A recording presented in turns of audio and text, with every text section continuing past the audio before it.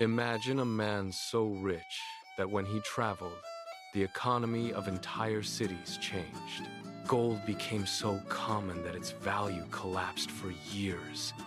Kings bowed to him, scholars admired him, and merchants followed his footsteps across the Sahara Desert. His name, lost to time's cruel hand. This is the story of the richest man who ever lived, a king whose wealth reshaped continents.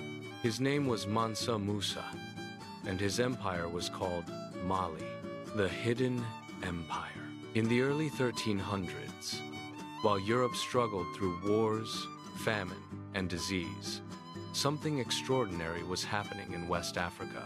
An empire was rising, not just powerful, not just wealthy, but unimaginably rich. This was the Mali Empire, stretching across vast lands that today include Mali, Senegal, Guinea, Niger, and Mauritania. Caravans crossed its deserts, cities flourished, and gold flowed through its markets like rivers. At the center of it all stood a young king who would soon become a legend, Mansa Musa.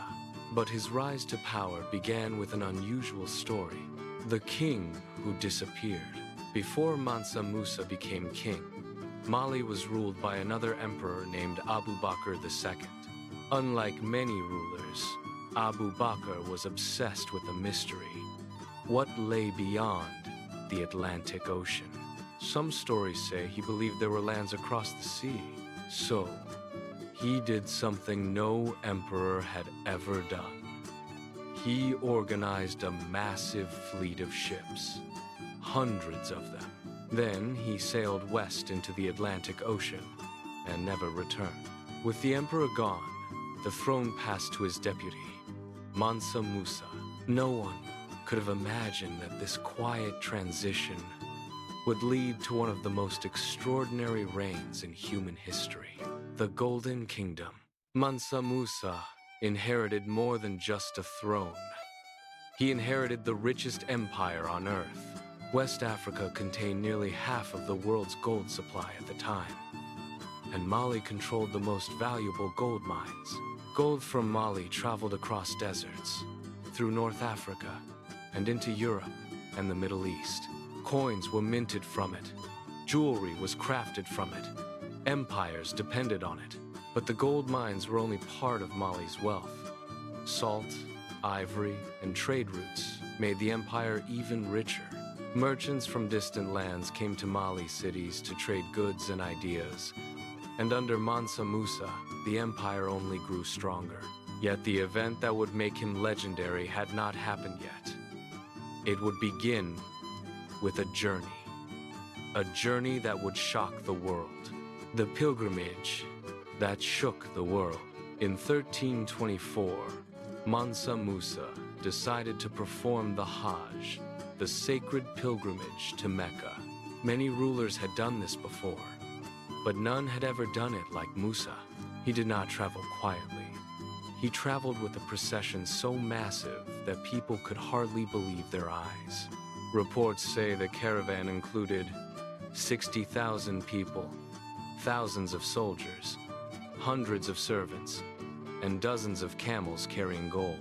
Each camel reportedly carried hundreds of pounds of pure gold.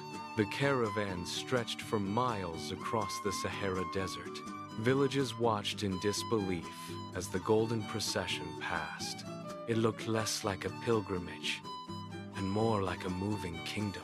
The city that became rich overnight. When Mansa Musa reached Cairo in Egypt, the city was stunned. Never before had anyone seen such wealth. He gave gold to the poor. He gave gold to merchants. He gave gold to scholars. He gave gold to anyone who asked. At first, the people of Cairo celebrated. But something unexpected happened. Gold became so common that its value dropped dramatically. Prices changed, markets shifted, and the economy struggled to recover for years. Historians say the effects lasted more than a decade. One man's generosity had reshaped an entire economy. That was the power of Mansa Musa's wealth. The map that changed everything. News of Mansa Musa spread across continents. Traders spoke of him. Scholars wrote about him. And cartographers placed him on maps. One famous medieval map showed a crowned king sitting on a golden throne, holding a massive nugget of gold. That king was Mansa Musa. To the outside world, he became the symbol of Africa's wealth. But Musa wanted more than fame. He wanted knowledge. The city of knowledge. After completing his pilgrimage, Mansa Musa returned home with architects, scholars, and teachers. He wanted Mali to become not only wealthy, but also a center of learning. And one city would become the heart of this vision, Timbuktu. Under Musa's rule, Timbuktu transformed into one of the greatest intellectual centers in the world. Libraries filled with manuscripts. Universities welcomed students. Scholars studied mathematics, astronomy, medicine, and philosophy. Some historians estimate that Timbuktu held hundreds of thousands of manuscripts. At a time when many parts of the world struggled with literacy, Timbuktu was overflowing with knowledge. Students traveled across deserts just to study there. The mosque that became a symbol. Mansa Musa also built incredible architecture. One of his most famous projects was the Great Mosque of Jingareber in Timbuktu. Constructed with the help of architects from North Africa, it became one of the most important centers of Islamic learning. But the mosque was more than a building. It represented Mali's cultural power. Religion, education, and scholarship flourished together. The empire at its peak. Mansa Musa had turned his empire into a beacon of knowledge. At its height, the Mali Empire covered an area larger than many modern countries. Trade routes connected Africa to Europe and Asia. Merchants carried stories of Mali's wealth across continents.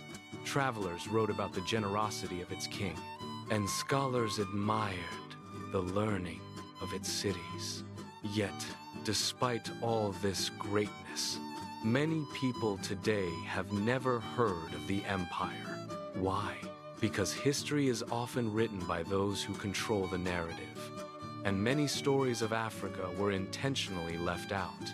The legacy of a golden king. Mansa Musa ruled for about 25 years. During that time, he strengthened trade, education, and culture. His empire became a center of wealth and learning. Even centuries later, historians still debate how rich he truly was. Some estimates suggest that if his wealth were measured today, it would equal hundreds of billions of dollars, possibly more than any person in history, more than modern billionaires, more than industrial tycoons, more than emperors. But perhaps Mansa Musa's greatest achievement wasn't his wealth. It was the civilization he helped build, a civilization of learning, trade, and cultural brilliance. When people talk about world history, they often speak of Europe, Asia, and the Middle East, but they rarely speak of the great empires of Africa. Empires that controlled global trade, cities filled with universities, libraries filled with knowledge, and kings whose wealth reshaped economies. Mansa Musa was not just the richest man who ever lived. He was proof that Africa held extraordinary power, wisdom, and civilization long before many history books chose to recognize it. And his story reminds us of something important. There are many things history books never told us about Africa, and this is only one of the stories they never told you about.